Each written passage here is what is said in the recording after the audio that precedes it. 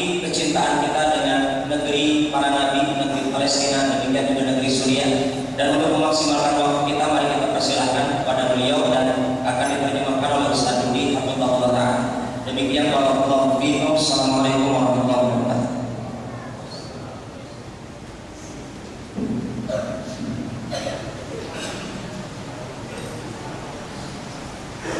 Assalamualaikum warahmatullahi wabarakatuh. Alhamdulillah, wassalatu wassalamu ala Rasulillah. Amma ba'd. Bapak dan Ibu sekalian, para asatidzah, para tuan guru kami yang kami muliakan, alhamdulillah pada malam hari ini kita bisa menunaikan salat Isya berjamaah diimami oleh Syekh Abdul Rahman Al-Halabi. Mudah-mudahan Allah Subhanahu wa taala menerima semua amal soleh kita sebagai pemberat timbangan kebaikan kita nanti pada hari akhirat. Acara kita pada malam hari ini adalah rangkaian dari Safari Ramadan di 64 kota di seluruh Indonesia, di mana Syekh Organizer didatangi 4 tamu dari Indonesia. Ada 4 syekh yang datang melalui syafat dan saja, tapi melalui lembaga kemanusiaan yang baik oleh 9 dan 12. Nah, Pak Syekh kita kulingkan di 64 kota. Hari ini Syekh Abdul Rahman Al-Habib ada di Kendari, Syekh Ahmad Syarif ada di Makassar, kemudian Syekh Usam dan Syekh Iman hari ini sudah sampai baru saja di Pekanbaru. Insyaallah ada 64 titik kita selenggarakan event seperti ini dalam rangka menyemarakan ibadah di bulan Ramadan akan lebih syahdu, akan lebih hikmat, akan lebih makmur apabila diimami oleh para syekh yang hafal Al-Quran. Beliau, saya Muhammad, itu sudah hafal Al-Quran di saat usia masih 13 tahun. Kemudian juga untuk menjalin ukhuwah antara kita, dan yang ketiga adalah menunjukkan kepedulian kita terhadap bumi Syam, yaitu wabil khusus negeri Palestina dan Suriah. Pada level seperti ini juga kita galang dana, maka para hadirin siapkan infak yang terbaik untuk kita salurkan untuk saudara-saudara kita di Palestina dan di Suriah. Insyaallah program kita setelah hari raya adalah membangun sekolah di Palestina. Bangun sekolah di Palestina, dan di Suriah sudah kita bangun di perbatasan Turki. Dan alhamdulillah anak-anak kaum muslimin, anak-anak ahlu sunnah bisa belajar, bisa mengenyam pendidikan lagi meskipun dalam kondisi yang sangat berat.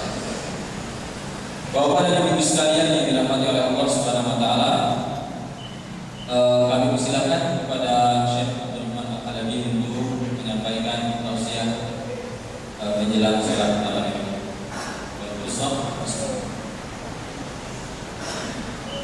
Assalamualaikum warahmatullahi taala wabarakatuh.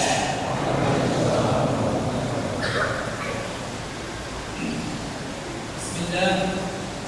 Wassalatu wassalamu ala Rasulillah wa ala alihi wa sahbihi wa man walah. Amma ba'd. Ya ibadallah, ittaqullah. Usikum wa nafsi bi taqwallahi 'azim wa ta'atihi. فقد فاز المتقون وتزودوا فإن خير الزاد التقوى واتقوا الله يا أولي الألباب لعلكم تفلحون.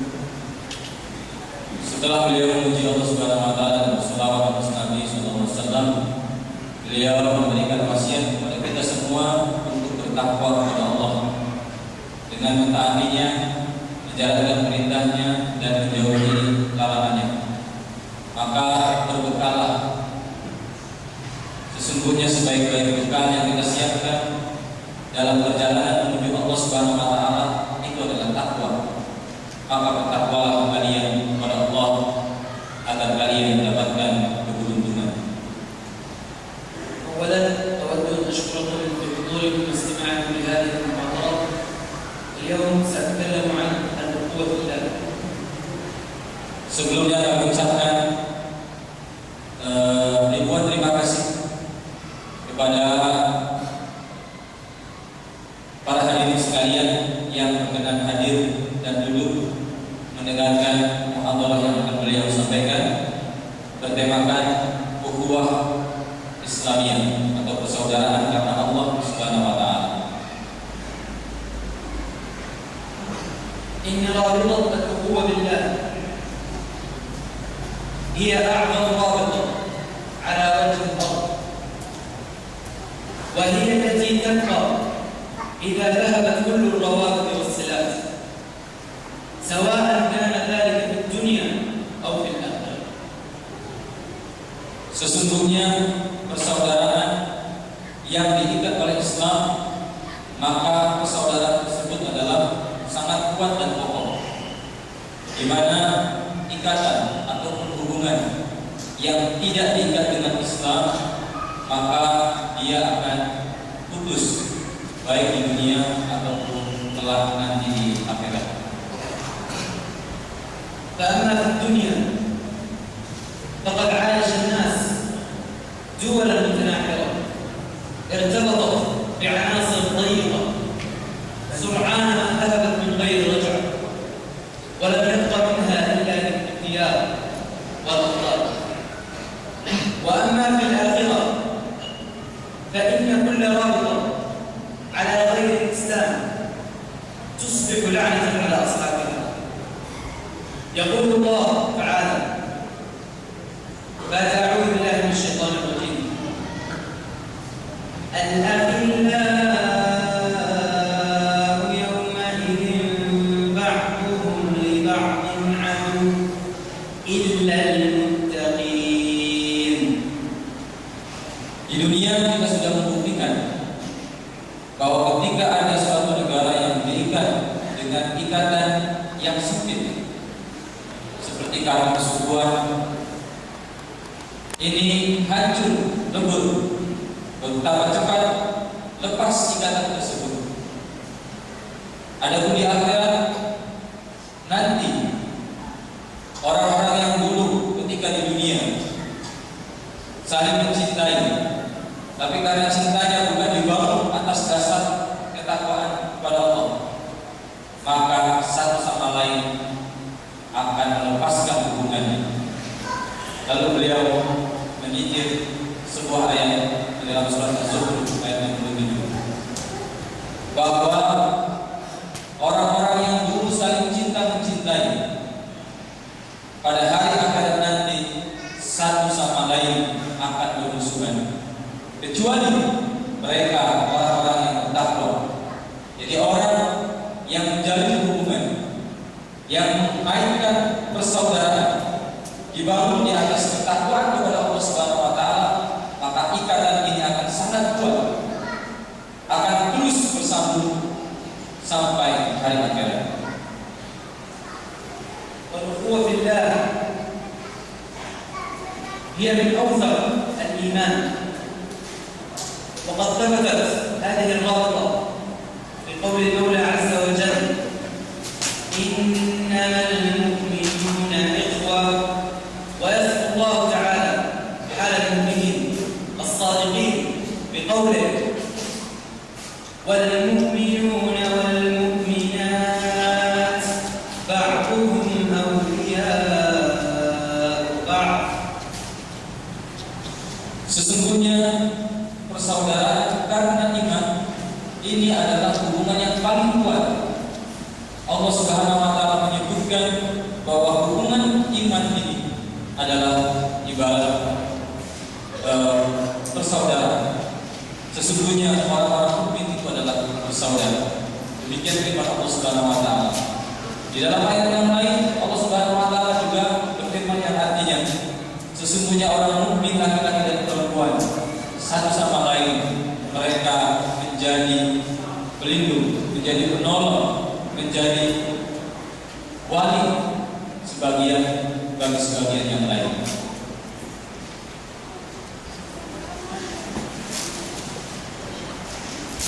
وقد شبه الرسول عليه الصلاة والسلام الأخوة بالجسد الواحد فقال: مثل المؤمنين في توادهم وتراحمهم وتعاطفهم كمثل الجسد إذا اشتكى منه عضو تداعى له سائر الجسد بالسهر والحمى. Rasulullah mengumpamakan orang-orang beriman itu tak ubahnya dengan satu tubuh. Sesungguhnya perumpamaan orang mukmin dalam hal cinta, dalam kasih sayang, mereka itu adalah ibarat satu tubuh. Apabila salah satu anggota tubuhnya sakit, maka anggota tubuh yang lain juga akan merasa sakit dengan demam dan tidak bisa tidur di waktu malam. هي فوق أخوة النسب وأخوة القبيلة وأخوة الوطن، هي فوق كل الأخوات الأرضية، تسمو عليها وترتقي لتلتقي على نفحة الوحي السماوي. قال تعالى بعد أعوذ بالله من الشيطان الرجيم: واذكروا نعمة الله عليكم إذ كنتم أعداء فألف بين قلوبكم فأصبحتم بنعمته إخوانا وكنتم على شفا حفرة من النار فأنقذكم منها كذلك يبين الله لكم آياته لعلكم تهتدون. Persaudaraan karena Islam ini adalah hubungan yang lebih tinggi daripada hubungan yang diikat dengan keduniawian semata-mata. Ia lebih unggul, lebih kuat, lebih tinggi daripada persaudaraan yang dibangun karena kekeluargaan, daripada hubungan yang diikat karena kesukuan atau kebangsaan. Persaudaraan karena Islam ini akan naik tinggi. Allah Subhanahu wa taala menjelaskan dalam sebuah firman-Nya, dan ingatlah dengan nikmat Allah Subhanahu wa taala ketika kalian bermusuh-musuhan, tapi karena nikmat Allah Subhanahu wa taala maka kalian menjadi bersaudara. Jadi Allah Subhanahu wa taala menjadikan hubungan karena Islam ini adalah sebagai sebuah nikmat yang harus kita ingat. أيها الأخوة الأحباب الكرام، من فضائل الأخوة أن المتأخين في ظل المولى عز وجل. فعن أبي هريرة رضي الله عنه أن الرسول صلى الله عليه وسلم قال: إن الله يقول يوم القيامة: أين المتحابون بجلال اليوم؟ وظلهم في ظلي يوم لا ظل إلا ظلي. Di antara keutamaan persaudaraan karena Allah Subhanahu wa taala dijelaskan dalam sebuah hadis bahwa pada hari kiamat nanti Allah Subhanahu wa taala berfirman, mana orang yang dulu saling mencintai karena aku, hari ini aku akan lindungi mereka, di mana pada hari ini tidak ada perlindungan kecuali perlindungan dari والأخوة في الله طريق لحلاوة الإيمان. يقول الرسول عليه الصلاة والسلام: من أعطى لله ومنع لله وأحب لله وأبغض لله وأنكح لله فقد استكمل إيمانه. Ukhuwah Islamiyah ini juga menjadi jalan bagi kita untuk merasakan lezatnya keimanan. Rasulullah SAW menyatakan bahwa barang siapa yang memberi karena Allah, tidak memberi juga karena Allah, dia cinta karena Allah, dia benci juga karena Allah, maka orang yang seperti ini sungguh imannya telah sempurna. إن الأخوة الإيمانية